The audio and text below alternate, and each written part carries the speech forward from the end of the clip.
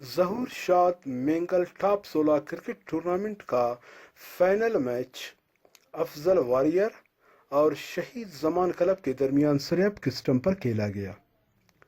اس tournament کے مہمان خاص پاکستان نیشنل پارٹی عوامی کے مرکزی نائب صدر ٹکری نذر محمد مینگل تھا۔ دیگر اعزازی مہمانان میں سینٹرل کمیٹی کے ممبر ٹکری زادہ علی مینگل، مرکزی رہنماؤں میں میر علی محمد لیڈی، عبدالباری مشوانی، فتح سورابی، ضلعی رہنماؤں میں میر آصف ریسانی، میر بلال مینگل، نثار احمد بادینی، وڈیرا انور لہڑی، ٹکری زادہ عمران مینگل شامل تھے۔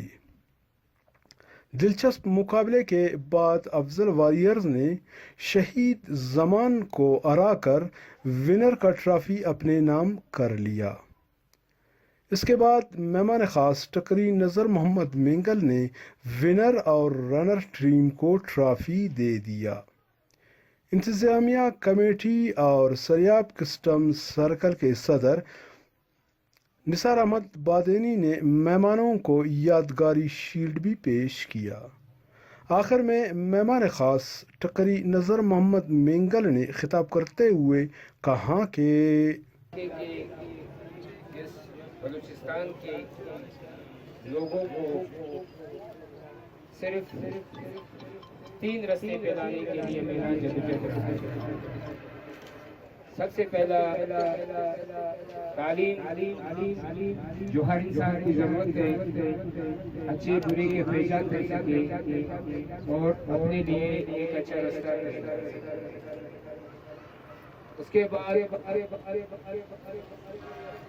ان نوجوانوں کو میں کوشش کرتا ہوں، ہمیشہ کوشش رہا ہے میرا، میں یہاں اس علاقے میں اکثر ٹورنامنٹ فٹ بال کے دور میں اس وقت جو کرکٹ کا اتنا نام نہیں تھا، فٹ بال کا بڑا نام تھا، اسی ٹیم سے میں اپنی سرزمین بلوچستان کے شہیدوں کے نام پہ ٹورنامنٹوں کا انعقاد کرتا تھا تاکہ یہ ہمارے نوجوان اسپورٹس کی طرف آئے اور منشیات جیسا برائی سے بچے اور صحت مند معاشرہ بنے۔